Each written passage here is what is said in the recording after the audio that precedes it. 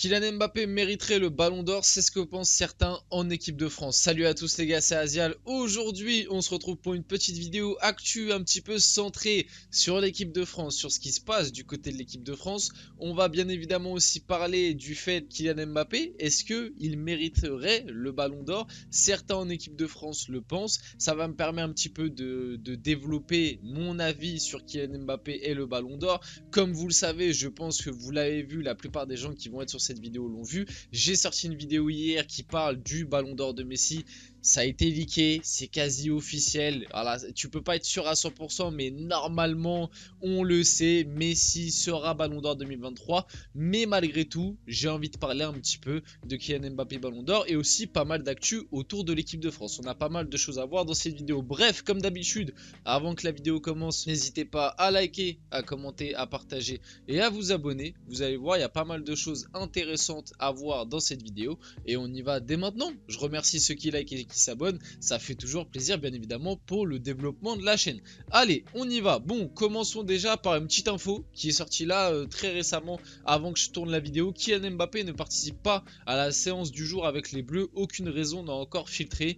Ne vous inquiétez pas, j'ai mené l'enquête, j'ai fait un petit peu tous les sites d'infos et tout, j'ai essayé de savoir, bref, ne vous inquiétez pas, rien de grave, pas de blessure autour d'Mbappé, pas de gêne, c'est juste que tous les titulaires de Pays-Bas-France avaient la possibilité aujourd'hui de faire une séance uniquement en salle, de faire un petit footing et aller se reposer.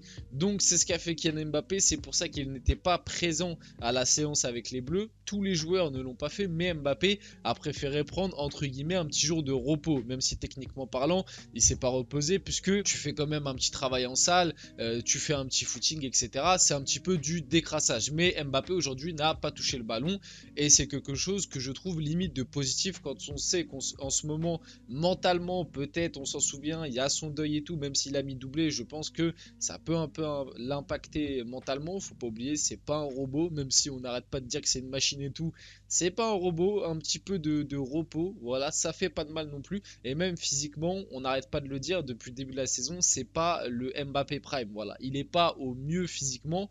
Donc une petite journée de repos, ça fait pas de mal. À voir s'il va jouer face à l'Écosse. Pour rappel, il y a France-Écosse qui va se jouer mardi si je me trompe pas, ou peut-être demain, je sais même plus, il me semble que c'est mardi. Un match du coup sans importance puisque l'équipe de France est déjà qualifiée. À voir si Didier Deschamps va l'envoyer sur le terrain ou va le reposer, on verra ça, on suivra ça, mais pas d'inquiétude autour de Kylian Mbappé pour le moment. On enchaîne ensuite, Adrien Rabiot sur le favori au ballon d'or, c'est ce qui va me permettre un petit peu d'embrayer le sujet principal de la vidéo. J'entends beaucoup que c'est Messi qui va l'avoir, donc bon, maintenant on le sait, j'ai sorti une vidéo si ça vous intéresse, le leak du ballon d'or de Messi, et oui, ça a leaké, ça a fuité, Messi sera ballon d'or 2023, tu peux pas être sûr tout le temps à 100%, mais voilà, quand il y a quelqu'un de la famille très proche de Messi qui sort une story Instagram en expliquant que l'équipe, non c'est pas l'équipe, c'est France Football, est venue à Miami chez Messi tourner un petit reportage et tout, et lui annoncer qu'il a eu le ballon d'or. Bon, en plus, il n'y a pas longtemps, on a vu les images sortir quand Benzema a eu le ballon d'or. France Football l'avait appelé 2-3 semaines avant pour lui dire ouais, on t'appelle pour te prévenir que ce sera toi le ballon d'or pour la cérémonie et tout, lui expliquer. Donc voilà, on se doute bien que avec ce leak là, déjà que beaucoup pensaient que Messi allait l'avoir, bon bah là, le suspense est un petit peu réduit. Mais parlons un petit peu du débat, parce que il peut y avoir un petit débat Mbappé finalement, je vais vous expliquer. Mais au niveau sportif, cela se jouera entre Kylian Mbappé et Erling Haaland. Donc c'est Adrien Rabiot qui dit ça. Dire un des deux serait compliqué, ça dépend sur quoi on se base. Tout le monde n'est jamais d'accord, mais ça serait entre ces deux-là. Donc déjà Rabiot, pour lui, Messi, il le mérite pas. Ça se joue entre Haaland et Mbappé. C'est vrai que souvent, quand on a fait les débats Ballon d'Or, on a souvent uniquement parlé de Haaland et de Messi, mais finalement, Mbappé en termes de stats, il est au-dessus d'un Messi et je me demande même s'il n'est pas au-dessus d'un Haaland. Si tu prends goal, enfin but, passe D, goal assist, je crois qu'il est même au-dessus d'un Haaland si tu prends les deux. Finalement, en termes de trophées, alors ok, Mbappé n'a pas la Coupe du Monde qu'a Messi. Mais allez, soyons un petit peu factuels et soyons un petit peu, on va dire, imaginatifs. Mbappé, finale de coupe, il fait une Coupe du Monde monumentale. Pour rappel, Mbappé, il finit quand même meilleur buteur de la Coupe du Monde avec 8 buts, ce qui n'avait jamais été fait depuis R9 en 2002. Et d'ailleurs, R9 en 2002, il prend le Ballon d'Or. Donc voilà, à petit titre de comparaison. Mbappé fait une Coupe du Monde de malade mental. Moi, je vous dis la vérité, ça se tape. Le titre de meilleur joueur de la Coupe du Monde, ça se tape parce que certains n'arrivent pas à remettre en question que ça se tape avec Messi. Et pour moi, Messi prend le titre de meilleur joueur de la Coupe du Monde, surtout parce que l'Argentine gagne la finale. Si c'est la France qui gagne la finale, Mbappé pour moi prend le titre de meilleur joueur de la Coupe du Monde et est meilleur buteur de la Coupe du Monde. Donc, tu vois, ça se joue à une séance de tir au but. Finalement, c'est très dur de juger la saison d'un footballeur sur une séance de tir au but. D'autant plus, ce n'est pas Mbappé ou Messi qui ont décidé de cette séance-là. C'est plus Emiliano Martinez par ses arrêts et certains joueurs de l'équipe de France par leur loupé. Messi, d'ailleurs, durant la séance de tir au but, il ne tire même pas, puisqu'il était prévu en 5ème et que ça va pas jusqu'au 5ème tireur. Et Mbappé tire en premier, si je me souviens bien. J'ai un doute, ou peut-être il tire en premier. Bref, j'ai un doute. Mbappé, lui, en tout cas, lors de la séance de tir au but, il a son penalty, il le marque, sachant qu'il en avait déjà eu 2 durant le match et qu'il met triplé en finale. Finalement, si tout le monde est unanime pour dire que Messi mérite amplement ce ballon d'or parce qu'il y a la Coupe du Monde, et bah pourquoi Mbappé pourrait pas être dans la discussion? Pourquoi Mbappé pourrait pas venir titiller Messi? Pourquoi Mbappé pourrait pas venir gratter des votes? Parce que finalement, si on l'effet Coupe du Monde, parce que c'est ce que tous les grands fans de Messi, moi honnêtement je l'ai dit dans la vidéo hier, hein, Messi, si tu prends le contexte et sa concurrence avec Haaland, les deux le méritent. Que Messi l'est, moi ça me choque pas.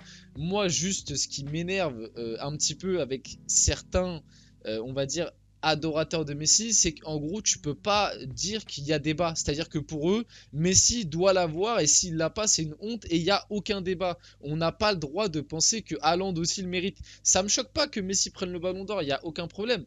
Mais qu'on me réduise Haaland à un tapine qui ne mérite pas du tout le ballon d'or, limite t'entends parler les gens, Messi a mis une vitesse à Haaland sur la saison. Moi je suis pas d'accord et voilà, et si on reprend du coup le point de vue des fans de Messi et qui se base uniquement sur la Coupe du Monde, Mbappé il a une séance de tir au but du coup d'après vous de prendre le ballon d'or. Donc finalement les dires d'Adrien Rabiot ne sont pas si choquants que ça, même si bon pour lui il exclut Messi. Faut se calmer quand même, faut se détendre, il abuse un peu. Mais voilà, finalement, est-ce que Mbappé mérite le ballon d'or? Moi, dans mon classement, je le mets 3ème bien évidemment derrière Haaland et Messi. Mais finalement, ça se joue à une séance de tir au but. Et t'aurais pu avoir une discussion différente si la France avait pris la Coupe du Monde. Et aussi, il y a une autre question qu'on peut se poser. Si la France prend la Coupe du Monde, que du coup Mbappé finit meilleur buteur, meilleur joueur de la Coupe du Monde, est-ce que il y aurait eu tout ce tintouin pour qu'Mbappé ait le ballon d'or? Je pense pas, bizarrement. Bizarrement, je pense que certains fans de foot n'auraient pas été autant unanimes pour l'accorder à Mbappé. C'est bizarre, alors que pourtant, il aurait eu exactement pareil que Messi. Mais il y a l'aura Messi, on le sait, et certains des fois ne sont pas objectifs là-dessus. Encore une fois, je le dis, je le répète, calmez-vous dans les commentaires. Messi mérite le ballon d'or, mais Haaland le mérite aussi. De toute façon, c'est Messi qui l'aura, donc le débat est clos. Didier Deschamps, lui aussi, je ne l'ai pas mis dans la vidéo là, j'ai pas mis l'extrait, mais en interview avait aussi dit que pour lui Mbappé méritait ce ballon d'or cette année parce que sur le point de vue individuel il avait été le meilleur. C'est un avis qui se discute. En tout cas, voilà, le sujet est clos. Pour Daniel Riolo, Kylian Mbappé est le seul buteur des Bleus qui dépasse réellement Platini. C'est vraiment le seul joueur qui dépasse Platini parce que tous les autres, Giroud, Henry et Griezmann, on disait qu'ils dépassaient Platini au classement des meilleurs buteurs, mais c'était anecdotique car ça n'avait rien à voir en nombre de matchs. Mbappé, lui, a vraiment dépassé Platini. Alors oui, Mbappé est un attaquant, Platini était un 10, mais ce qu'il fait, c'est incroyable. C'est le seul avec Platini à être au-dessus de 0,5 buts marqués par match en moyenne. Quand on parle de crack, on se rend bien compte, ce qu'il fait en équipe de France, c'est incroyable, et ce depuis qu'il a mis les pieds dans cette équipe. Il est extraordinaire, vraiment, c'est lui qui porte l'équipe, il est capitaine, c'est le patron. Donc voilà, Daniel Riolo qui a bien, on va dire, bien mis en avant Mbappé. Je comprends un petit peu ce qu'il veut dire dans le sens où Mbappé, c'est le premier joueur à dépasser Platini avec le même nombre de matchs, c'est-à-dire que Mbappé et Platini ont le même même nombre de matchs joués en équipe de France, et Mbappé du coup maintenant a un but en plus, donc je comprends un petit peu ce qu'il veut dire là-dessus. Après sur le reste il a pas tort, hein. À l'heure actuelle Mbappé c'est le patron de l'équipe de France, c'est un crack, rien de plus à dire là-dessus. Théo Hernandez, comment stopper Kylian Mbappé? Bah faut faire faute, voilà, faut faire faute quand tu peux, voilà. Théo Hernandez, petite interview à Téléfoot, je trouvais ça marrant, je l'ai mis. Kingsley Coman défend Ousmane Dembélé face aux critiques sur son manque de rendement offensif. S'il ne met pas de but, mais crée toutes ces occasions qui aident ensuite à marquer, je serai le plus content, et c'est la même chose pour moi. Je voulais réagir aussi là-dessus. En équipe de France, c'est vrai que souvent on tombe sur Coman et Ousmane Dembélé parce que ça state pas autant peut-être que de l'autre côté un Mbappé ou même un Griezmann ou un Giroud. Il y a quelque chose aussi qu'il faut pas oublier, c'est que déjà Kingsley Coman et Ousmane Dembélé sont plus des joueurs de déséquilibre, de percussion, de centre, donc plus à la passe qu'au but. Et en plus de ça, le jeu de l'équipe de France penche énormément à gauche, donc c'est normal que les joueurs qui sont à droite ont un rendement un peu plus faible. Mais en tout cas, Kingsley Coman qui défend Dembélé, c'est beau parce qu'ils sont en concurrence les deux. Kingsley Coman qui enchaîne ensuite. Mike Maignan, pour moi c'est le meilleur gardien au monde. Il y a débat, honnêtement à l'heure actuelle il y a débat, je pense qu'il est dans un petit top 3, top 5, faudrait comparer un petit peu, mais il y a débat, il y a match. Kingsley Coman espère la victoire en Ligue des Champions du PSG et ne ferme pas la porte à un retour. Kingsley Coman qui pourrait peut-être un jour reporter la tunique parisienne, ce serait plutôt sympa. En tant que joueur ayant grandi à Paris, on souhaite que le PSG gagne la Ligue des Champions. Après, tant que je suis à Munich, j'espère que non. On ne sait jamais après si un jour je change d'équipe. Et ça me permet d'enchaîner avec la suite et ce sera, on arrivera sur la fin de la vidéo. Ibrahima Konaté sur les joueurs du PSG en équipe de France.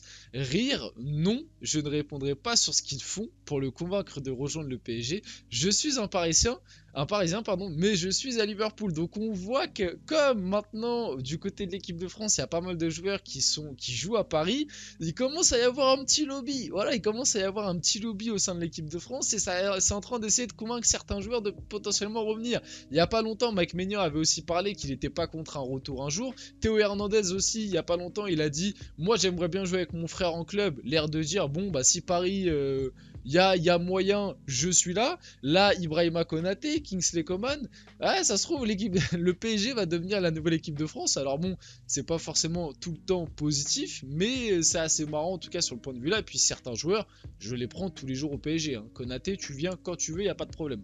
Et pour finir la vidéo, l'UEFA annonce les pays hôtes des championnats d'Europe 2028 et 2032. Donc l'Euro 2028 au Royaume-Uni et l'Euro 2032 en Italie. Voilà, on finit la vidéo là-dessus. J'espère qu'elle vous a plu. Si c'est le cas, n'hésitez pas à liker, commenter, partager et vous abonner. C'était Azial et on se retrouve très rapidement pour une prochaine vidéo.